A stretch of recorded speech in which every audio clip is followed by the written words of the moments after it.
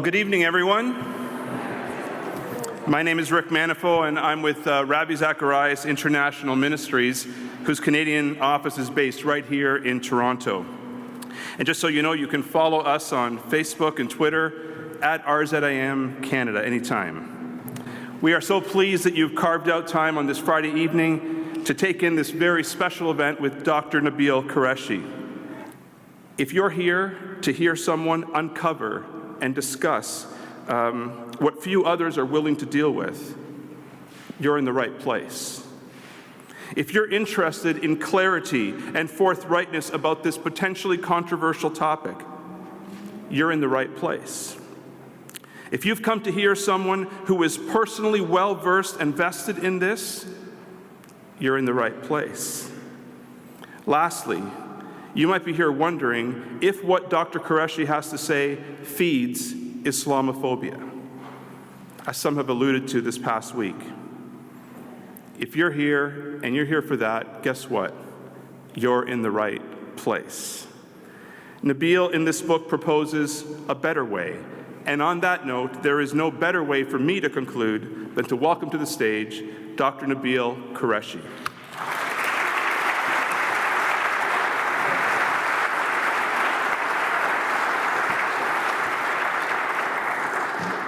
If you're here for free dinner, you're in the wrong place. I'm very thankful to be here. I was here in September.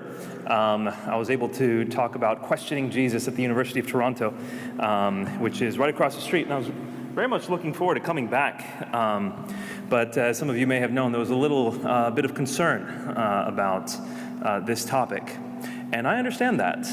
I can see why people are concerned. It's a difficult topic, and a lot of people, unfortunately, don't realize just how traumatizing it can be for some to learn some of these things, and how much angst can be created in the atmosphere when these issues are brought up.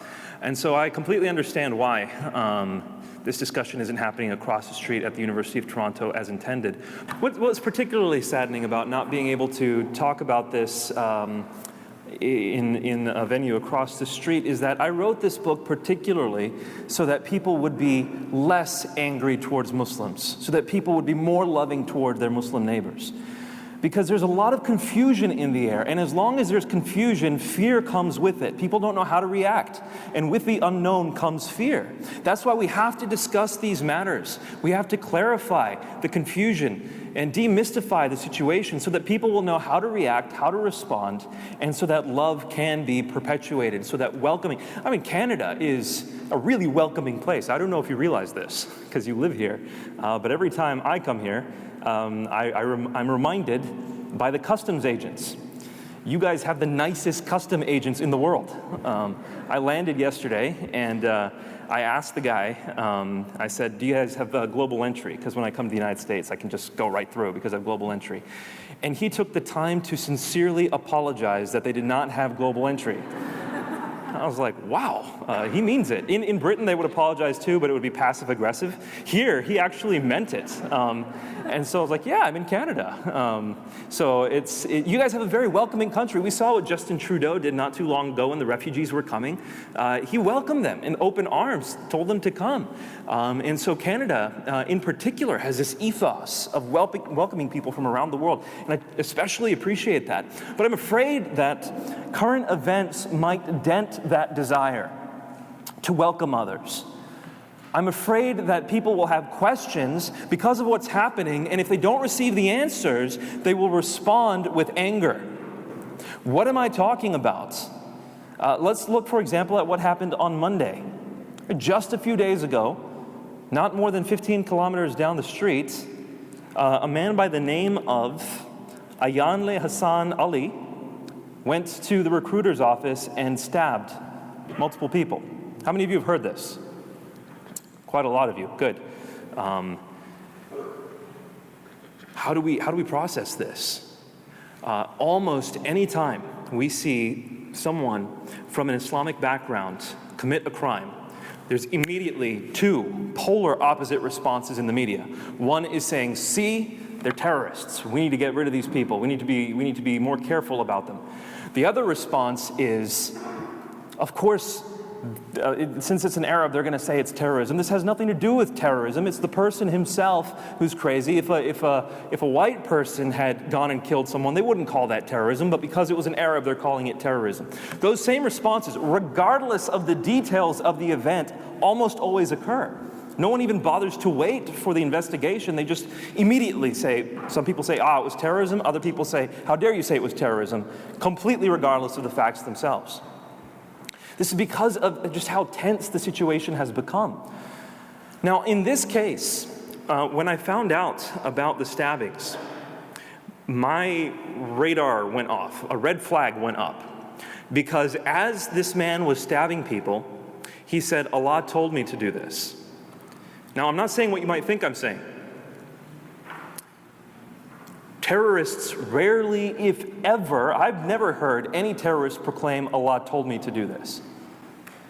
Muslims, if you understand the traditions found, for example, in Surah Al-Ankabut, the Quran says, the Quran is the holy scripture for Muslims, that Allah remains behind a veil, as it were. It is not meet for you to think that Allah will speak to you directly. And generally speaking, not all Muslims, of course, Sufi Muslims interpret their tradition slightly differently in this manner, but generally speaking, Sunni Muslims do not envision Allah speaking with them in this manner, go do this, go do that. Rather, he speaks through the prophets and through the text, and that's how they generally, so that's why no terrorist ever says, Allah told me to kill these people. So when this guy said that, I'm thinking, this is strange, this is not normal. What he then did, he stabbed someone, but he didn't actually kill that person. He just cut his arm and then moved on. That was weird. That's not normally how terrorists act either, and usually terrorists come with guns. I don't know what the gun laws are here in Canada, but U.S. is not far away. You can get guns pretty easy in the U.S. They could have just come with guns here. So this guy did not show the marks of terrorism. And then recently, I think it was today or yesterday, more stories came out about his mother and how his mother has succumbed to psychiatric illness. And it looks like for the past few years, his aunt has said that he has been developing similar symptoms, which verified what I was thinking. Perhaps this guy is not a terrorist. Perhaps he's got a psychiatric issue. And so I'm not jumping to any conclusions here. Mic is on. Keep going. I don't know you that well, Rick. I don't want us to jump to any conclusions. I'm going to say this guy was or wasn't a terrorist until the investigations are done. But if we had to draw the line right now, I would say this guy wasn't a terrorist. I would say this guy probably had psychiatric issues, and his religion happens to be Islam. But if we don't talk about these things, if we don't consider what terrorism looks like, if we don't see how it does reflect Islam and how much it doesn't reflect Islam, if we never address these questions for fear of Islamophobia, then we will never be able to get to these truths, and people will just become more and more angsty, more and more anxious, and we won't know. On the flip side, today, what just happened, for those of you who've been watching the news for the past few hours, you will see that they caught the mastermind of the Paris attacks just a few hours ago. His name is Abdul Salam. Have you seen this in the news? This just happened a few hours ago. The Paris bombing mastermind has been captured. Praise God. Did that have to do with Islam and with terrorism? We have to be able to know what Islam teaches. We have to discuss these things in order to see what their mindset is. Where are they getting their philosophy from? What is causing them to do what they do?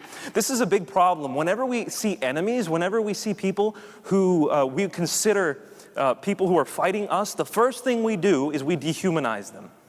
We think, okay, those people are demonic, or those people are just evil, or those people are just stupid. That's what we do. Naturally, we turn others into non-humans. The problem with that is we don't understand their reasoning. They have reasons. They're not just reacting, knee-jerk reactions. They have reasons for doing what they're doing. Twisted reasons, sure, maybe evil reasons, but they have reasons, and we ought to be able to consider what they are. So in the case of Abdul Salam, by the way, this guy who's captured this mastermind, his name's Abdul Salam. Do you know what Abdul Salam means? It means servant of peace. And he was the mastermind behind killing 130 people in Paris. How does this work? We need to consider these matters carefully. So my suggestion is, and the reason I wrote Answering Jihad, The Better Way Forward, is to hold these 2 points together at the same time: compassion and truth. Compassion and truth. When people say, after each of these terrorist attacks, that Islam is a religion of peace, and I'm not talking about Muslim apologists, I'm talking about presidents and prime ministers, leaders of nations. Their country will have been attacked. The people doing the attacking are saying, we're doing this in the name of Islam, we're doing it in the name of Allah, we're killing you because the Quran teaches us to. That's what the people who are killing the people will say. And then the leaders of the country will say, no, Islam is a religion of peace. They do not reflect Islam. These terrorists do not reflect Islam. And we saw that most recently after San Bernardino, where Barack Obama says ISIL is not Islamic. When they say that, I actually appreciate that. I'm not saying I agree with it, but I appreciate it, because where it comes from is a desire to protect innocent lives. They're thinking about the innocent Muslims in their country. Barack Obama is thinking about the innocent Muslims in California who have nothing to do with this terrorist attack, who truly believe Islam is a religion of peace. And in order to preserve them, in order to preclude attacks, retaliation against them, they will say Islam is a religion of peace. I'm thankful, by the way, that the Toronto police chief said something, actually, I think, much more precise. What he said was, I don't want to see any of this Islamophobia business. I don't want anyone to impute the actions of this individual to a large portion of the population. That's a very accurate way to say it, and I applaud him for stating it that way. But when we just randomly say Islam is not a religion of peace, we're trying to do the thinking for people, and that's the problem. I appreciate the compassion, but avoiding the truth and avoiding investigation and trying to feed people propaganda without clarifying why is a problem. On the other hand, you have people like, well, I won't name names, but we have people who will say that all Muslims are a threat because the Quran is violent. All Muslims need to be kept out of our country because here is what their religion teaches. It's the exact opposite. Now you have someone who's trying to get to the truth and get to study the issue, but he has no compassion for the individuals. And no religion works that way. No religion works such that everyone believes exactly what is taught. There are various expressions within every religious background. Every religious tradition has multiple interpretations of what it means. Currently, there are 1.6 billion Muslims in the world. I would venture to say that that means there are 1.6 billion understandings of Islam in the world. You can't get two people to believe exactly the same thing. And so to just cast everyone with the same brush and say we shouldn't let any of them into the country is very problematic. But what are they trying to do? They're trying to protect their country. They're trying to figure out why. They're looking at the lowest common denominator in all these Islamic attacks, and they're saying, well, Muslims are the lowest common denominator, so let's keep them out. Huge issue. You don't treat a whole group of people like that. Because of the actions of a small number of people, you don't cast out a whole group of people. America did that in World War II to the Japanese and to the German, and it's still to our shame that we did that. So, how do we hold the two in tension then? How do we have compassion and truth without compromising one another? When Paris was attacked, this was November 13th, I was in England. I'm studying in England right now. My term was coming to an end. I was coming to Atlanta to attend some conferences. Society of Biblical Literature is a conference that I was coming to attend. So I was packing up, and my wife, Michelle, was saying, Nabeel, hurry up, come to bed. We're leaving first thing in the morning. But I was on Twitter because Paris was under siege. And I could not put the phone down because it reminded me very much of what happened after the 7/7 bombings in England, where a place that's close to home to a lot of Europeans was attacked, a place that seemed protected, a place that lots of people had visited, if not, of course, lived there, had just become vulnerable. As an American, it reminded me of the 7/7 bombings. A few weeks later, I came home. Thanksgiving was in the end of November in the States, and my wife and I couldn't visit all our family for Christmas and Thanksgiving, so we celebrated a joint party. We called it Thanksmas. So we're having our Thanksmas gathering, December 2nd, and I open my phone again. Apparently, I'm on my phone way too much. And what should I find on Twitter but the San Bernardino attacks? Now, after Paris, Francois Hollande said what? What did he say? He said the same thing that almost all diplomats say: Islam is a religion of peace. And don't impute to all the Muslims what these few terrorists did. And just like normal, people kind of accepted that and moved on. But so soon after that was San Bernardino, not even a month later, that people said, no, we want no more of your rhetoric. We want to know what happened. We want an explanation. We're angry. And by the way, anger has a lot to do with this election season in the United States. It's very problematic. It's just this uncontrolled anger. We're angry. What's going on here? We want an explanation. When that happened, I was in North Carolina at the time. All of a sudden, I felt in the air around me an anti-Muslim sentiment that reminded me very much of September 11th. I hadn't felt that level of anti-Muslim sentiment since September 11th. It was back again with a vengeance. I would say it was even worse this time. And immediately my thought goes to what? It goes to my mom. She wears a burqa. She wears a hijab. My sister wears a hijab and a burqa. My aunt, after a Desert Storm in 1990, when she was out shopping, she was punched by some random person because he was angry. Our windows at our mosque in Norfolk, Virginia. I attended a Sunni mosque right off of Old Dominion University in Norfolk, Virginia. We had just built the mosque, and after 9/11, people came around and broke the windows by throwing bricks through them. We had to pay for the windows again. We had nothing to do with 9/11, but the anti-Muslim sentiment was that high. And once again, I saw it, and nobody seemed to be answering the questions that people had. This was the problem, because conversations were being shut down. Under the accusation of Islamophobia, no one was able to address with truth what the issue was. Anytime you talk about the origins of Islam, you start talking about Muhammad, or you start talking about the Quran, people say Islamophobia. That shuts down the conversation, and then there's a bunch of angst. There's a bunch of confusion that never gets clarified. And I was waiting for people to say something, and in the midst of that, we had a whole other controversy in the United States. I'm not sure how much of this you heard here, but at Wheaton College, which is a flagship evangelical college in Chicago area, one of the professors wore a hijab. Her name was Dr. Lauricia Hawkins. She wore a hijab, and she posted on her personal Facebook account that she stands in solidarity with Muslims because Muslims and Christians worship the same God. Now, for some context, I have counseled women, if they're going into Islamic contexts, to wear the hijab if they want to. If they feel like that will help them make relationships, if that will help them show respect, as long as it's clear that they're doing this out of Christian love and not out of any other reason but Christian love, go ahead and wear the hijab. There's nothing wrong with that. Christians believe that God came to this world. That's a crazy amount of contextualization he did for the holy God of the universe to come into this world, to put on a human body. It's crazy how much he contextualized himself for our sake. There's no problem at all for a woman to wear a hijab if it shows that she's willing to love people for it, as long as there's no confusion as to why she's doing it. So that's not why I would say Lauricia Hawkins did anything wrong.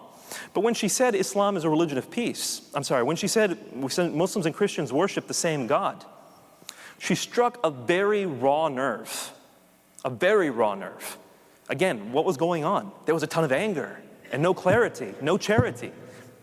And so when she said Muslims and Christians worship the same God, uncritical Christians, and I would call nominal Christians around the country, started saying, no, that's not our God, that's not our God. Do something about this woman. There was no room for conversation because of the anger. When I saw all this happening, I said, somebody needs to speak up. Somebody who is concerned for Muslims and also wants to know the historical truth about jihad. And I was waiting for someone to say something. I didn't want to say it, but no one was saying it. And so I waited a few weeks, prayed about it, and I said, okay, I have to write this book. I have to write this book. That's why I wrote Answering Jihad, and that's why I put the subtitle, A Better Way Forward. What do I mean by a better way forward? Truth and compassion. Both.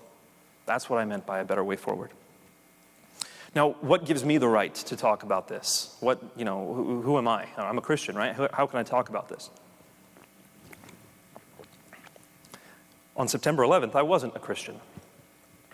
On September 11th, I would wake up first thing in the morning and pray the Fajr prayer. I would go into the washroom. I would make sure to walk into the washroom with my left foot first. Why? Because according to the hadith, Muhammad would walk in to do his washing with his left foot first.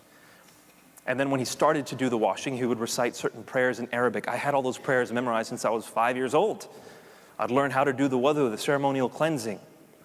Right side, then left side, 3 times on various parts of your body. Then I'd go down to the prayer rugs and I'd pray the first of the 5 daily prayers. Throughout the day, I would recite portions of the Quran. Surah Al-Baqarah, my mom had taught me to recite Ayat al-Kursi, a long verse of the Quran, praising Allah. She taught me to recite a section of the Quran from Surah Al-Baqarah that begins with Rabbi zidni ilma, Rabbi shrah li sadri wa yassir li amri. It's asking God to give me knowledge. It was based on a prayer of Moses. Supposedly, the Quran records a prayer of Moses where he asked God for knowledge. I would pray that every day. That was my worldview. I loved Islam. I'd been taught to read the Quran in Arabic. I didn't know how to speak Arabic, but my mom had taught me to recite the Arabic of the Quran starting at the age of 3. She didn't even teach me English first. I learned how to recite the Arabic of the Quran starting at the age of 3. By the time I was 5 years old, I had recited the entire Quran in Arabic, memorized the last 7 chapters. And I would invite Christians to accept Islam. I would ask them questions like, why do you believe in a Trinity? Isn't that polytheism? I would say, how can you believe the Bible? Hasn't it been corrupted? I would say, Jesus never claimed to be God. He was just a prophet. He's a Messiah, sure, but he's not God. I would challenge Christians on all these points because I loved my Islamic faith. I saw it as the true monotheism. I did see it as the religion of peace. My family never gave me the details on the battles that Muhammad fought or on the traditions of the hadith. Sure, I memorized some hadith. The first hadith I memorized was Innamal a'malu binniyat. Deeds are judged by their intentions. One of the first hadith from Sahih Bukhari. I had memorized hadith, but they didn't share the difficult parts of Islam with me, so I didn't know about the battles that Muhammad fought in detail, just in broad strokes. And so I thought Islam was a religion of peace. And whenever somebody asked me, Nabeel, how do you understand this when the USS Cole was attacked just now by Muslims? How do you understand that? I thought you said Islam is a religion of peace. And I'd say it is a religion of peace. When 9/11 happened, I was shaken. I was completely shaken from my core inside and out. Why? Well, everyone in the US was shaken. They felt vulnerable for the first time in a way that they had never felt vulnerable before. So being an American, I was an American Muslim. I was both American and Muslim, not one or the other. Being an American Muslim, I loved my country, and all of a sudden I felt vulnerable too, just like everyone else. But at the same time, people began to ask those questions. How do you explain this? So I had to answer by saying what I always believed: Islam is a religion of peace. That's what I would say. I'd just say, look, Islam's a religion of peace. And in our mosque, actually, by the way, I had just visited the mosque here in Maple, Ontario. My family and I came up to this mosque quite regularly because my aunt lived up here in Toronto. She has since moved to Milton. Milton, right? She lives by the Hilton in Milton. I love it. But we came up here all the time. At this mosque here in Maple, Ontario, we were taught to recite this slogan. If someone asks you how those hijackers reflect Islam, whether they reflect Islam or not, here's what you're supposed to say in response. Not only did they hijack those planes on September 11th, they also hijacked Islam. We were taught this slogan, how to respond. They didn't just hijack planes, they hijacked Islam. Islam is a religion of peace. Don't judge Islam based on what they did. So that's what I would say to people who ask me these questions. So number one, I felt very vulnerable. Number two, I was trying to respond to others in the midst of my vulnerability, trying to respond to others and say, look, this is my religion. But number three, I had some people who would push a little bit further. That's what good friends are for. They push you a little bit further.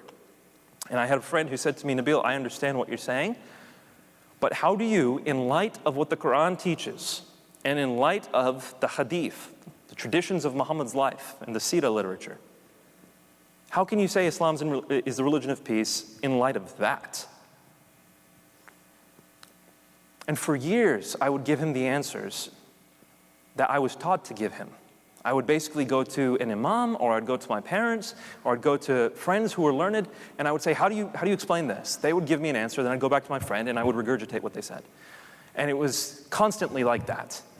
When I began to realize we might have a problem is when I had about 100 stories about Muhammad's life that did not fit the paradigm I had been taught. What am I talking about? Okay?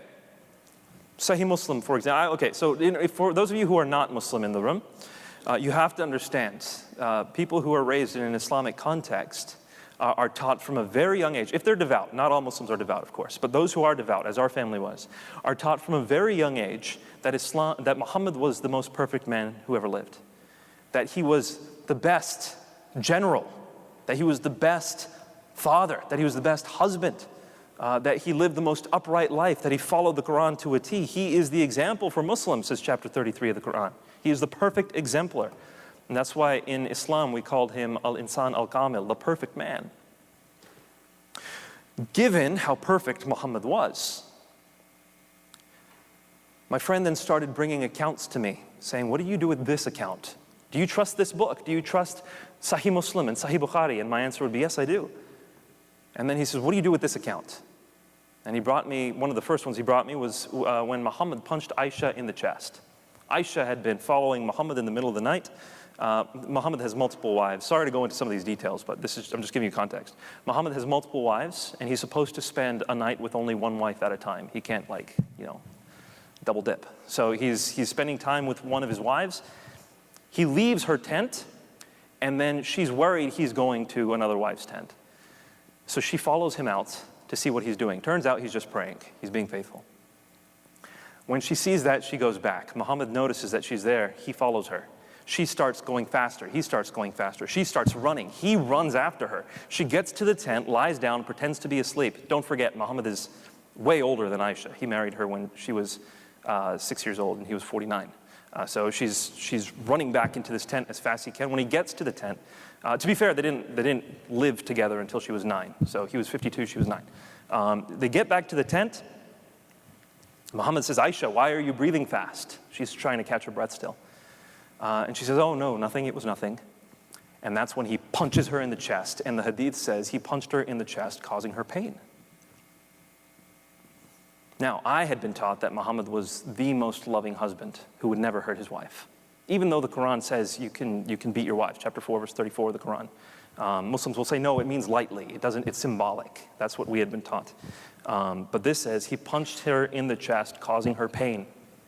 I think, by the way, for those of you who want to know, I think this is Sahih Muslim 1727, but I don't have that reference on me right now, but you can look it up easily. I said to my friend David, I don't trust this hadith. This hadith must be false. I went to my imams. My imam said, yes, this hadith is false. I came back and I said, this is not a reliable hadith. Muhammad would never do such a thing. David's like, fine, what do you do with this one? And he brings more, and he brings more, and he brings more. I find out that Muhammad beheaded 400 to 800 men in one day, including pubescent boys. I find out that Muhammad tortured a man for money. Kinana was his name. I find out that Muhammad told women that they are the majority of the inhabitants in hell because they're ungrateful and they're stupid. I find out all these things one after another, and I keep saying, no, that's not Muhammad, that's not Muhammad, it's not true, it's not true. And in the meantime, I'm pointing the finger at David saying, how dare you drag my prophet through the mud? And his response to me is, and see, I know David, I know he's my friend, and I know he's not just trying to hurt me. So even though I accused him of that, I knew that that's not what he was actually doing. And so in the midst of these conversations, we had a lot of tense conversations, but there came a point when I had 100 such of these stories where I said, okay, I've dismissed everything that he's brought. At what point do I actually know anything about this man? At what point do I actually know anything about Muhammad? If I consistently dismiss stories that come from the very texts that we can know anything about him from, then we've pulled out the foundation from under Islam. What do I have left to base my belief in Islam in? Let me put that another way. There was no razor I could use to dissect between a peaceful Muhammad and the historical Muhammad. I couldn't just, there was no way I could say, this is how we can know Muhammad's peaceful. If I went historical, the violent and the good all came in together. Otherwise, I was just cherry picking the bad stuff out and making up my own Muhammad. And you can make anyone look nice if you pull out stories that you don't like. Slowly but surely, I never lost my love for Islam. While I was going through this, I never lost my love for Islam. I continued to pray. In fact, I would make sure to go to the Friday prayers, whereas before I was a bit lax about the Friday prayers. I would learn more about the hadith. I started wearing my skull cap more. I started growing out a beard because I still loved Islam, but all of a sudden I have all this cognitive dissonance because of the stuff I'm studying. So now that you have that context, let me tell you what I found out about some of these battles that Muhammad fought. One of the first things I used to say when people said that Islam is a religion of peace, they'd say, Nabeel, is Islam a religion of peace? How do you defend that? I would quote Surah Al-Baqarah, ayah 256, La ikraha fi din. There is no compulsion in religion. This is found in the Quran. There is no compulsion in religion. How could Islam be violent? How could it have converted people by the sword if the Quran says there's no compulsion in religion? And most people would nod and say, okay, fair enough, thank you for that. Or I would quote Surah Al-Kafirun, Qul ya ayyuhal kafirun la a'budu ma ta'budun. Say to those who disbelieve, I do not worship that which you worship, you do not worship that which I worship. Basically, you worship whom you want, I worship whom I want. Can't we all get along? Basically, that's what the hadith, that's what the Quran is saying in this verse. I used to recite that regularly in my 5 daily prayers. And so I would tell people, look, this is what the Quran is saying in this chapter. People would say, okay, great. What I came to find out was that these sections of the Quran were revealed at certain points in Muhammad's alleged prophethood. When he claims to be a prophet, he's 40 years old, 610 AD, according to the Islamic sources. There's a whole story about that. We can talk about it during the Q&A. But for the first 13 years, he's in Mecca. And during those 13 years, he preaches monotheism. He preaches taking care of widows, preaches taking care of orphans. He preaches taking care of travelers. And this is the message of Islam that we see during the first 13 years of Muhammad's time as a prophet.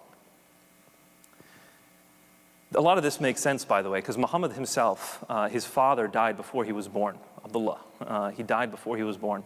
And so Muhammad had just his mother for the first few years, Amina. And then Amina died shortly thereafter. When he was 6 years old, he went and lived with his grandfather. His grandfather then died when he was 8 years old, so he went to live with his uncle. So he's been moved around. He knows how difficult it is to live as an orphan. So he says, take care of orphans, take care of widows. It's a great thing. By the way, you might be like, why is he telling me some of these names? I'm never going to remember these names. The other day, Boko Haram executed a bus full of people. And in order to test whether someone was Muslim or not, they said, what was Muhammad's mother's name? And if they knew it was Amina, they let them off the hook. So Amina, that's Muhammad's mother's name. So Muhammad is teaching all this good stuff for the first 13 years. But then Muhammad flees to Medina. And when he gets to Medina, he has a city under his control. Why, you ask? Because Medina was actually a collection of a bunch of little tribes. It was called Yathrib, and it had 5 tribes, 3 of whom were Jewish, 2 of whom were Arab. Those tribes used to bicker amongst each other, Jews versus Arabs. The Arabs looked at Muhammad and said, aha, here's an Arab, we like him. The Jews looked at Muhammad and said, aha, here's a monotheist, we like him. So Muhammad comes into Medina and gets full control over the city from the get-go. The first time, now, the first 13 years, Muhammad had a total of about 100 to 115 followers. That was it. For the first 13 years, that's how many followers he had. Now he has a fighting force in Medina. Now he can fight. Within the first year of him being in Medina, he starts launching raids on caravans. He starts telling Muslims to attack passing merchants because there was a trade route that passed close by. One of these attacks led to the Battle of Badr, the first major battle that Muslims fought. It was an offensive attack that led to the first major battle between the Meccans and the Medinans. I had always been taught that Muhammad only ever fought defensively. It's not what the records show. By the way, Surah 8 is all about that. And it actually says that Allah sent you out, Muhammad, to fight against the caravan. And when you got there, you saw an army. You wanted to attack the weaker, the caravan, but Allah guided you to attack the army. So this is recorded in the Quran, but like I said, when I was Muslim, I just recited the Quran in Arabic. I didn't know how to interpret it. So I never actually, even though I recited the Quran 7 times as a Muslim, I had never actually read the stuff and understood it. This continued to happen. The teachings and reflect in the Quran, the teachings chronologically reflect Muhammad's life. So as Muhammad is coming back from the Battle of Badr, then you have chapter 8 of the Quran that's revealed, which is about the Battle of Badr. When you have Muhammad doing various things, sections of the Quran are revealed that are about that thing. It happens all the way until he dies. The last major chapter of the Quran that is revealed is Surah 9 of the Quran. So the Quran has 114 surahs, but they're not in chronological order. The last one chronologically was Surah 9. Bar none, it is the most violent chapter of the Quran. Bar none. There was a crescendo from 610 AD, when Muhammad started giving revelation. He started with Iqra bi ismi rabbika allazi khalaq, recite the name of your Lord who created you, fairly peaceful. And it went all the way to Surah 9 of the Quran in a crescendo of increasing violence. Surah 9 is called Surah Al-Bara. It actually has 2 names, Surah Al-Tawbah, Surah Al-Bara. Surah Al-Bara means the disavowal. This chapter is a disavowal. A disavowal of what, you may ask? A disavowal of all peace treaties. That's why it says, after the appointed months, which is gracious, the Quran says to give polytheists a few months to leave the country, well, it wasn't a country, but to leave the land, or to decide to become Muslim, or to fight. Those are their options. They get a few months, but after the appointed months are over, what? What do we find? Surah 9, verse 5, slay the polytheists wherever you find them, lay siege to them, take them captive. Pretty darn violent. Not just the polytheists, but you get to Surah 9, verse 27 and following. This is fascinating. In Mecca at the time, there were, according to tradition, there was Kaaba, there was a central shrine, and around that were 360 idols when it was under Meccan control. People from all over Arabia would come to worship one of the idols, and when they came, they'd bring trade with them, and so they'd sell their trade. It was a place of merchandise, and that is why we use the term Mecca even today as a center of trade. When Muhammad came with this revelation, which said, disavow all these treaties with the polytheists, what does that mean? That means these polytheists aren't going to come any longer and bring their trade with them. What does that then mean? That means that Muslims are afraid that they might run out of money, which is exactly what chapter 9, verse 27 says. Are you afraid that you're going to run out of money? Don't be afraid. Chapter 9, verse 28, Allah will provide for you. Chapter 9, verse 29, fight the Jews and Christians until they pay you a jizya, a ransom tax. This is what the Quran says. We just never pick it up and read it. Are you worried about money? God will provide. Fight the Jews and Christians until they pay you a jizya. Jizya literally means, well, people translate it as poll tax, but the word itself philologically refers to a ransom tax. We will fight you, but we will allow you to live as long as you pay tribute to us.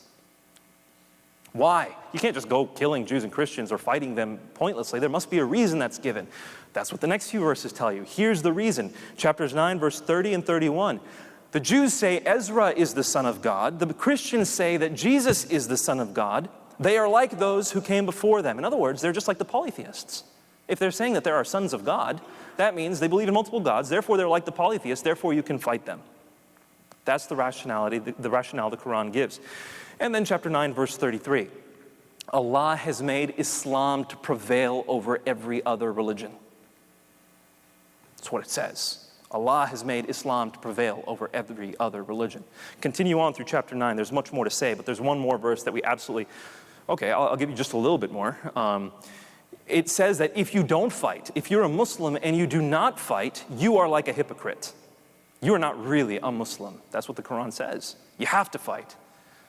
And it continues on and says, what are you afraid of? If you don't fight, why wouldn't you fight? If you fight, two things will happen. Either you'll win and you'll bring booty home with you, or two, you'll die and go to heaven.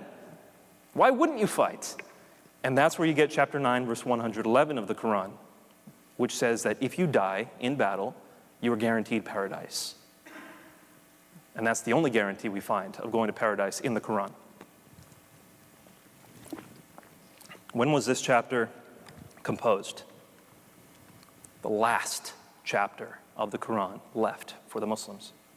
According, by the way, to virtually every Muslim scholar. If you want verification, look at Ibn Nadim's Fihrist or As-Suyuti, if you'd like. What happened then?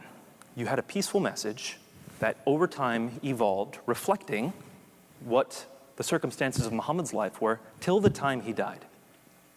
When he died, he had all of the Hijaz, all of the Arabian Peninsula under Islamic control. If you have a message which says you have to fight if you're a Muslim, subjugate all these people, you have to fight. If you don't, you're not a real Muslim, and if you die while you're fighting, you'll go to heaven. If those are the final marching orders given to you by your prophet, what do you think you're going to do? You're going to fight. And this is why, within 150 years of Muhammad's death, 1/3 of the known world was conquered by Muslims. We need to get that image into our heads. 1/3 of the known world, from the shores of the Atlantic all the way to the valleys of India, both sides of the Mediterranean, conquered. Because the message was one that launched Muslims into an undelimited warfare. Of course, people did get tired of fighting after a while. After about a few hundred years, there was a new allowance for Muslims to stop fighting, and that was that polytheists could also pay the jizya. So by the time Sharia law became codified, it wasn't codified during Muhammad's life, it was codified by great jurists, the great classical jurists a few hundred years later. By the time it was codified, Muslims could get not only Jews and Christians, but also polytheists to pay tribute if they didn't want to be fought. And that is how ultimately the battles, the fronts, stopped expanding outwards. And it wasn't until the fall of the Ottoman Empire after World War I that a lot of this power was diminished. Well over 1,000 years of Islamic power that came from these core teachings. Now, why does all this matter? Let's bring this all back. Today, when Muslims learn Islam, and I'm not pointing the finger at Muslims for this, this is true of everyone. When Muslims learn Islam, they generally absorb it from their surroundings, from their parents, from their teachers, from the mosque. They absorb it. Christians do that, Jews do that. That's how we learn our religion. Centuries of tradition have built up a variety of schools of Islamic thought. So you've got, for example, the 4 traditional schools of Islamic thought: Shafi, Maliki, Hanbali, and Hanafi. And then you've got the Shia school, which is branched off. You've got the 12er, the 7er, etc. So you've got all these various expressions of Islamic thought. It's not monolithic, and these people all have different views of what the Quran and the Hadith mean. So when people are learning about Islam, they're not going directly to the Quran, usually. They're not going directly to the Quran and the Hadith to learn about Islam. They're absorbing it from others. That's exactly what I did, and that's exactly why I said Islam's a religion of peace. That's exactly why I said Muhammad only fought defensive wars. That's exactly why I said the terrorists have nothing to do with Islam. But when you start studying the texts themselves, when you start looking at the Quran and you start looking at the Hadith, you start looking at the Sirah literature, whether it be Sirah Maghazi or what have you, you will find violence woven into the very traditions of Islam. The core traditions, not peripheral traditions, the Quran and the Hadith, foundational pillars of Sharia. Now, what is happening today? Why are people getting radicalized in various pockets around the world? Why are people leaving Canada to go fight for ISIS? Why are people leaving America to go fight for ISIS? Right now, at the most conservative count, we have over 5,000 non-Middle Easterners fighting for ISIS. There are more British citizens who are Muslims, fighting for ISIS than fighting for the British. Why? How do we explain this? Are they all stupid? Are they all demonic? No, let's not demonize people like that Let's try to understand their reasoning.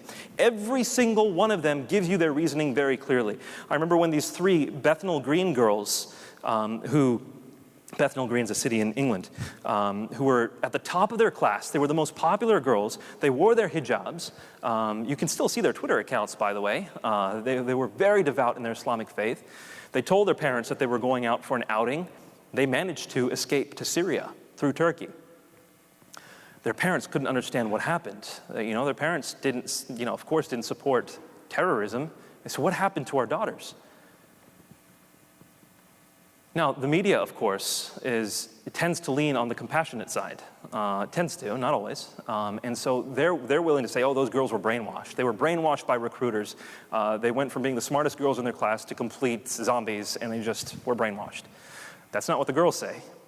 The girls said to their parents, Mom, Dad, if only you knew what Islam actually teaches, then you would understand. How can they say that? Girls were at the top of their class. What did Osama bin Laden say in 1999, before the Twin Towers were attacked, when he was having an interview with an ABC reporter? He said, be ready, we're coming for America. We're going to bring down those towers for no other reason than for the defense of Islam. How does that work? What's the connection? Is he just an idiot? No. How does it work? Let's actually address how it works. In the beginning of the 20th century, the Ottoman Empire fell. The last caliph of Islam, and he was mostly a figurehead by that point, but the last caliph of Islam was dismissed. And Muslims began to ask themselves, what went wrong? What went wrong? We used to have power in a third of the world. What happened?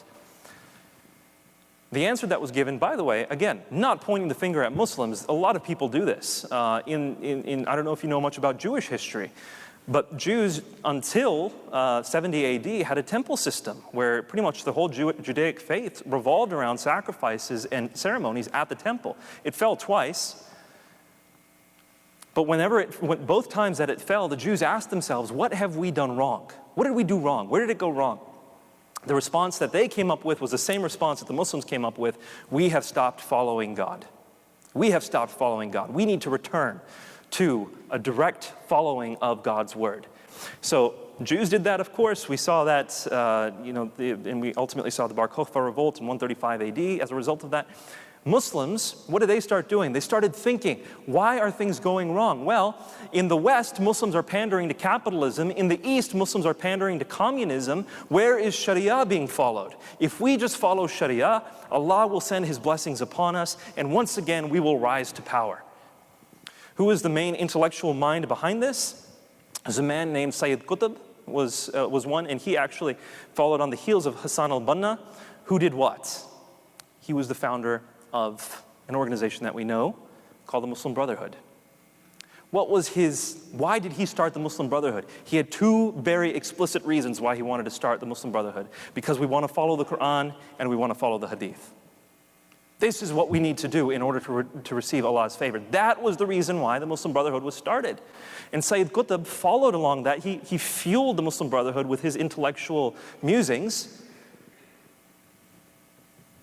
And he was what I call the father of the Islamic Reformation. Long story short, we could be here forever. Sorry. Okay, yeah, got to wrap it up. Sorry. So Sayyid Qutb then launches this train of thought that we need to return Islam to power. We need to return Muslims into power, into the global scene by being devout Muslims. What happened to him? The Egyptian government imprisoned him on false charges because they thought he was being too radical, and they ultimately executed him on false charges. They made a martyr out of him. They made him into a hero. And when people saw how the government reacted, they said, look, this is verification that the governments are selling out to Westerners. We really need an Islamic government. And this is how Egypt has moved from a more secular to a more Islamic government over the past 70 years, at least until the Arab Spring started. Now, who was Sayyid Qutb's brother? Osama bin Laden's professor.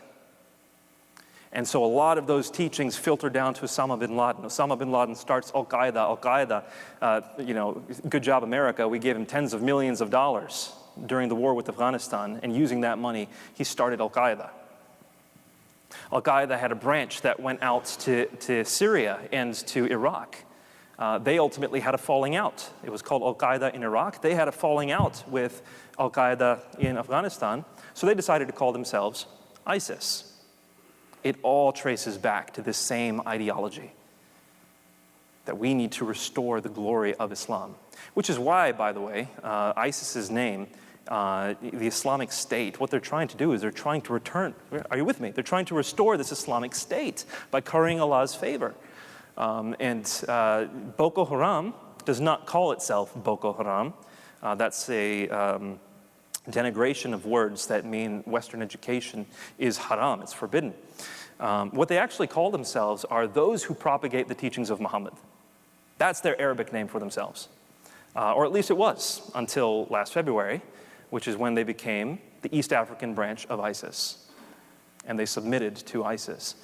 Why? The founder of Boko Haram said, and he was martyred too, which is why they gained so much popularity as well. He said that if you're going to follow some people, two of them that I think you should follow are Osama bin Laden and Sayyid Qutb. Look, what's going on is around the Islamic world, you have people who are going back to the Quran and the Hadith. They're skipping tons of generations of tradition from these various schools of Islamic thought. They're skipping past it, going right back to the Quran and the Hadith, and they're just reading it from the source and saying, this is what we need to do. End of story. We need to go back. That's how we're going to restore Allah's favor. So forget the way you practice Islam. That's why they're willing to kill other Muslims, because they're saying, you're not really Muslim. You're a kafir. And when they do that, they use a process in Islamic theology called takfir, to call other Muslims kafir. They're actually following Sharia in doing this.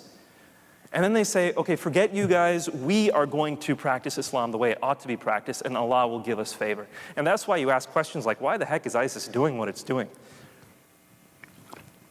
There's no way ISIS can win this. There's no way. It's angered the whole world. Even Japan. It's hard to anger Japan, but they anger Japan. How do you do this? Well, the reason why is because they don't care what you think, and they don't really care if they live or not, because they believe Allah will come to their rescue. And they say so. I'm not making this up. If you want to read any of ISIS's propaganda, just go online and type in the name for their magazine. It's called Dabiq, D-A-B-I-Q. The Clarion Project is a Christian, or I'm not sure if they're Christian, but they're definitely not a Muslim organization, that puts all of their magazines online for this purpose, so we can understand who these people are instead of just demonizing them. Every magazine that ISIS has put up, and by the way, they're nice as far as glossy, 2-page spreads, really good grammar and diction. They're professionally trained Westerners who have higher degrees of education, who have a good amount of money, who've gone to fight for ISIS. These aren't idiots. And they say time and again what their reasoning is. They're quoting Muhammad, they're quoting the Hadith. They're saying to prospective recruits, do you want to follow Muhammad because this is what he taught? Do you want to follow the Quran because this is what it taught? You have to come and fight for us. Some of these atrocities that we've seen that boggle our minds, right? These girls in Chibok, they were just studying. They were just girls in school. They were all kidnapped, and they were sold, some of them as cheap as $14 a girl, into sex slavery. How? Why? Why could this happen? Because in the Hadith, there are accounts of Muhammad and his troops capturing women and dividing them up as slaves. And they point to those Hadith. They say Muhammad did it. They're taking these women as sex slaves, as concubines. You can only marry 4 wives in Islam, so you can marry 4, but you can have as many concubines as you want. And there are Muslim scholars who have written a response to ISIS, and I applaud their effort. There's hundreds of Muslim scholars who've gathered together and written a response to ISIS saying, what you're doing is not Islamic. You want to know why? Because we wrote an agreement 100 years ago saying that we no longer do this. In other words, they're trying to rebuke ISIS by saying that a modern consensus prohibits sex slavery. ISIS is going to laugh in their face, saying, who cares about your modern consensus? This is why Allah is judging you. We're going to follow Muhammad. We're going to follow the hadith. And that's exactly what they do. And that's exactly why we see what they see. Why is it that they are willing to, just the other day when they conquered, no, I say just the other day, but it was probably a few months ago by now, when they conquered a new territory in Syria, that they made all the boys drop their pants. If you were a teenage boy, they told you to drop your pants. And if you had pubic hair, they would behead you. Why? Because that's exactly what Muhammad did when he conquered the Banu Qurayza, or I wouldn't say conquered, but when he was judging the Banu Qurayza, that was exactly the judgment that he went with. We need to understand what's happening. ISIS is pointing people, and not just ISIS, but all these people who are being radicalized are doing what they're doing because they're going directly to the Quran and to the Hadith. This stuff is in there. And the more we keep blinding our eyes and saying, no, it's not in there, the more we're going to see people being radicalized because we're not addressing the problem. You can't cure a disease unless it's properly diagnosed. And that's what's happening. And by the way, you might be asking, why is it now? Why is it all of a sudden that we're seeing all this radicalization? I'll bring us back to my story, and then we'll conclude, and we'll open it up for Q&A.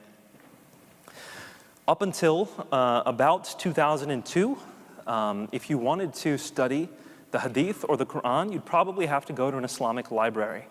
You'd have to go to find these books, and then they'd probably be written in Arabic, and less than 20% of the Muslim world is Arab, by the way. The largest population in the world that is Muslim is where? Indonesia. They don't speak Arabic naturally, they speak Bahasa Indonesia. The next largest is where? India. The next largest? Pakistan. The next largest? Bangladesh. None of them are Arabic speakers. So they don't know. Up until recently, unless they had a translation, they don't know what the texts say. They're just receiving it. But now, I remember when right after 9/11 happened, I started trying to research this stuff, and a new website was developed called Google. And on Google, you can find all this stuff really quickly in your own language, and you can understand what it says. If you want to read the Hadith, sunnah.com, S-U-N-N-A-H, sunnah.com. You'll find them. All of Sahih Sitta, the most trustworthy 6 books of Islamic traditions according to Sunni Muslims. And by the way, Sunni Muslims comprise 80% of Muslims in the world today. Shia, 10 to 15, and the rest between 5 and 10. So if you want to study Islam now, you don't have to go to your mom. You don't have to go to your parents. You don't have to go to people you respect. You can go straight to Google, and you can find this stuff yourself. In other words, we're facilitating the process of radicalization by bringing people closer to the texts. That's what's doing it. That's exactly what ISIS is doing, and ISIS is using it as a medium as well. They're reaching people in California through the internet. So the internet is part of the reason why. The accessibility to knowledge is part of the reason why all this is happening. Now, when I first saw, like I said, hundreds of these stories, I tried to dismiss them. It took me 3 years of reading them to conclude, no, this is what Muhammad taught. As best as we can know. Either we can know nothing, or this is what we have to conclude that he taught. This is what the Quran says. When I couldn't put it off any longer, when I was facing the hard truth, then I had one of 3 decisions I could make. I could become nominal. I could say, well, I love my family, I love my tradition, my culture, but I don't believe this stuff anymore. And I have close friends who've done that. I could become apostatized. I could say there's no way I'm going to follow this man anymore, and there's no way I'm going to say that this book is the Word of God, which is what I did. Or I can say, he is the Prophet of Allah, this is the Word of Allah, I have to do what it says. And you can become radicalized. Those are your 3 options. Apathetic, apostate, or radicalized. And we see, by the way, all 3 of those contingents growing at tremendous rates. Many, many more nominal Muslims than ever before, many, many more radical Muslims than ever before, and many, many more former Muslims than ever before, because they're encountering the teachings of Islam firsthand, instead of through their traditions. Now, there are Muslims who are trying to contextualize Islam to modern day standards. When I was at Duke University, I studied Sharia as part of my course. I was studying the Quran and the Gospels. And my professor at Duke University, he was a Sunni Muslim. His name's Ibrahim Musa. And what he's trying to do is he's trying to contextualize Islam to modern days. And he's saying, yes, that is what the Quran taught for that time, but the teachings of the Quran should be interpreted in light of the times you live in. And so just because it was violent then doesn't mean we have to live violently now. So this is what I would call a more synthetic attempt to revamp Islam. He's trying to impose this progressive Islam over and against the tradition. Or on the other hand, you have a bunch of Muslims who say, no, you shouldn't be interpreting the Hadith and the Quran by yourself. You should always go through these various schools of thought. And so they're focusing on the traditions to get people's eyes off of the Hadith and off the Quran. I was just at Oxford University the other day listening to a Muslim professor, a convert to Islam. His name is Jonathan Brown. And he said exactly that. He said, unless you're a scholar, don't read the Quran and the Hadith for yourselves because it will confuse you. Just ask your leaders. No, it's not that it will confuse you. It's that your eyes will be opened. And you will see what Islam actually taught in its foundation. I honestly hope that professors like Professor Musa or perhaps Muslims who are focusing on traditions, I do hope that they win the day and that ultimately Islam will not be focused so much on the Quran and the Hadith. But I don't think that's going to happen because Islam is defined by following Muhammad and following Allah through the Quran. That's what Islam is defined by. So Islam would require a radical reimagination in order to move away from these violent tendencies. My conclusion is this. How do we address this? How do we address what's going on? As I just said, if you're Muslim, you can go one of those two routes, either organically or synthetically, trying to take Islam away from its traditional sources. You have to take it away from the Quran and the Hadith, otherwise people will keep seeing it, and they'll keep becoming radicalized. That's the only way, if you want to stay within the Muslim tradition. If you want to respond to this as a secular Westerner, and you want to say, how can I, as a Westerner, respond to this current crisis? I think the first place you have to start is by remembering and emphasizing, both for yourself and for the people around you, that Muslims are not the same thing as Islam. Islam is a religion or a system or a legal set of traditions or what have you, but it's not people. It's the ideology. People are Muslims. And so when we're willing to talk about Islam, that doesn't mean that we're throwing people under the bus. It means we're talking about the religion and the system. We need to keep those two distinct. If we don't, we're going to end up with these policies that are going to affect Muslims because of what Islam teaches. Now, I'm not saying there's no relationship there. Of course there's a relationship between Muslims and Islam. But there's so many diverse expressions of Islam that you shouldn't treat all Muslims the same way. And so we have to begin to tease out the differences here. And just because Islam in the Quran and the Hadith teach these things, that doesn't mean all Muslims believe them. In fact, the vast majority of Muslims in the world are peaceful, loving people, regardless of chapter 9 of the Quran. So for secular Westerners, that's what I would suggest to start off. And again, this is a better way forward that I'm suggesting. Let's move forward by distinguishing between the people and the ideology. But if you're a Christian, we can go one step further than that.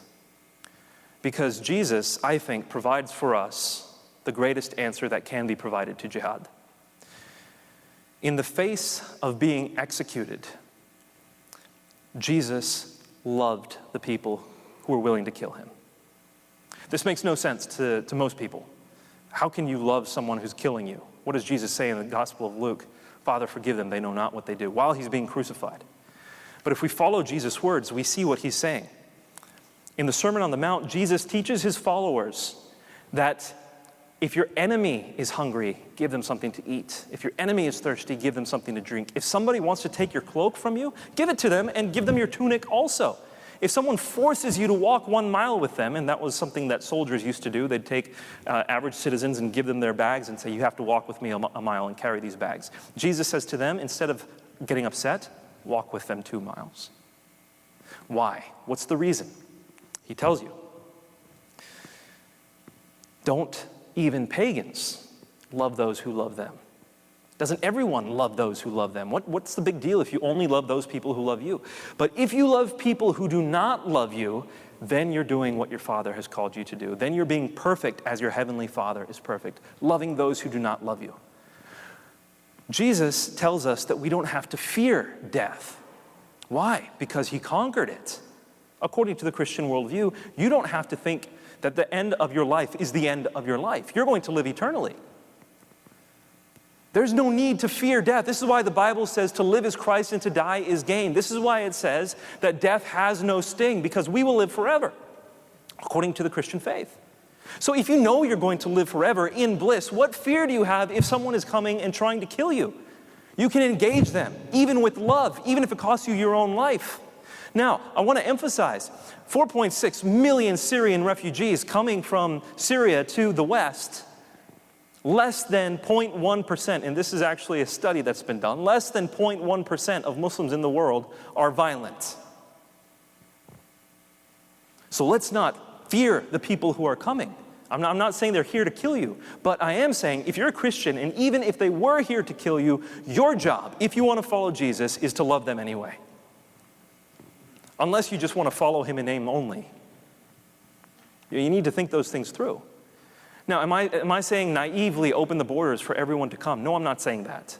I'm saying don't respond with fear. Respond with love. That should be the lens through which you look. And then consider matters of public policy. And then consider laws on immigration through the lens of love, not through the lens of fear.